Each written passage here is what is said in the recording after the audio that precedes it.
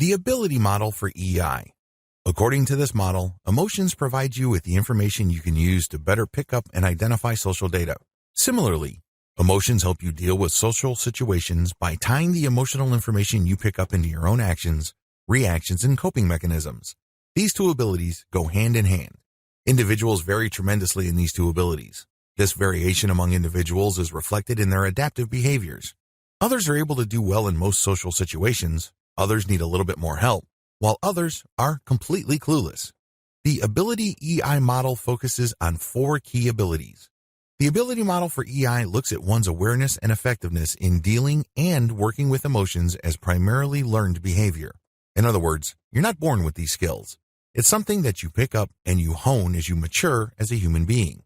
This is a big deal because if it is learned, then it is not set in stone. It's also something that all people, given enough time, effort, and focus, can master. It's not something that some people are born with and other people are not born with.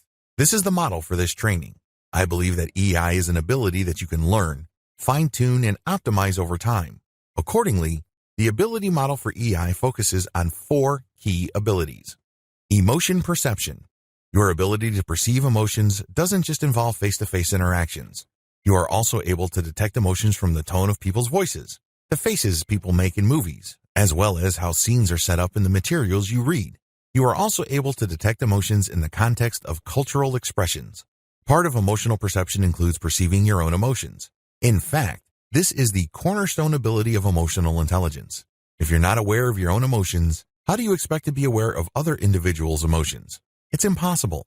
Accordingly, the ability model of EI focuses primarily and initially on building up one's ability to honestly and sincerely perceive and label one's own emotions.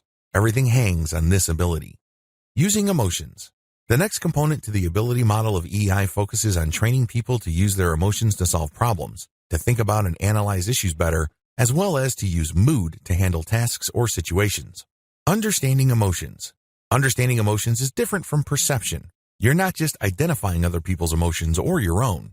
Instead, understanding emotions deal with understanding how your emotional responses interact with sensitive or complex situations. You look at your emotions in the context of your social interactions. This requires attention to detail regarding small changes to people's emotional responses around you, as well as small changes in your own reactions. This skill set also requires that you figure out how your own emotions, as well as how you read other people's emotions, evolve over time. Managing emotions. Finally, the ability model for emotional intelligence also focuses on helping individuals regulate their emotions. In addition to being able to dial down emotional states, individuals also learn how to channel their emotional states to different expressions. If you're feeling sad, there are more ways to communicate that emotional reality than just simply pouting or crying. This is an important skill because the quality of your social interactions as well as your relationship can be greatly improved if you adopt a better emotional vocabulary for emotional expression. Managing emotions also involve the ability to separate your thoughts from your emotions. When mental images come out, you don't necessarily have to get triggered in a negative way. You don't have to keep repeating the same emotional reactions that you've had to negative thoughts and other stimuli that you have experienced over the years. You can change your response.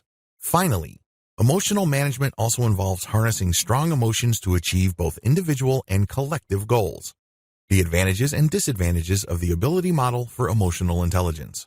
The big advantage to the ability model for EI is that this is testable. Researchers are actually able to measure the abilities above. People either have it or they don't, or somewhere in between. Another key advantage of this model is that it is learned. It is not somehow hardwired into who you are. You are not born an emotionally intelligent person. According to this model, people pick this up shortly after they are born, and they improve on it or fail to improve on it as they get older. This is a big deal because if we start with the assumption that emotional intelligence is somehow hardwired, then we are left with a very different position of admitting that some people have it and some don't. And those that don't are not going to develop emotional intelligence. They're basically left with whatever level of emotional intelligence they have, which could be very low or almost non-existent. This is a very difficult position to put ourselves in. The disadvantage of the ability model is that it takes time to cultivate EI. It also takes effort to learn. You must be willing to learn. Another key disadvantage is that different people come from different backgrounds. It's great if you come from a background where your family is very supportive and you grew up in a warm, nurturing environment. What if you grew up with parents who are very discouraging? What if you come from a background where you feel that you are opposed or discouraged from all sides? It's important to note that different people from different backgrounds can have different results using the techniques mentioned in this training precisely because they come from different backgrounds. Do not underestimate the impact of your personal background. Your childhood, your family structure, and your family history, as well as your own personal experiences, provide a context to not only your ability to learn emotional intelligence, but also your speed of learning.